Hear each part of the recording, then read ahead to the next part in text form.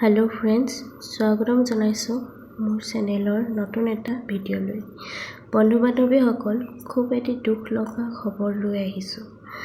আপোনালোকৰ মাজতে হয়তো আপোনালোকৰো মোৰ দৰে বিশ্বাস কৰিবলৈ টান হ'ব যে আমাৰ সকলোৰে মৰমৰ জনপ্ৰিয় কিশোৰ দাস দা আৰু আমাৰ মাজত নাই।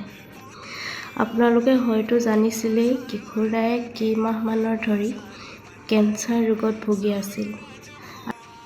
আৰু অতি দুখেৰে জনাওঁ যে যোৱাকালি নিশা 3:18 তেখেতে চিৰদিনৰ কাৰণে শেষ নিশ্বাস ত্যাগ কৰে। আমাৰ সকলোৰে প্ৰিয় কিশোৰ দা আৰু নাই। তেখেতৰ আত্মাই যেন চিৰশান্তি পায়, সেয়াই ভগৱানৰ প্ৰাৰ্থনা কৰিলোঁ।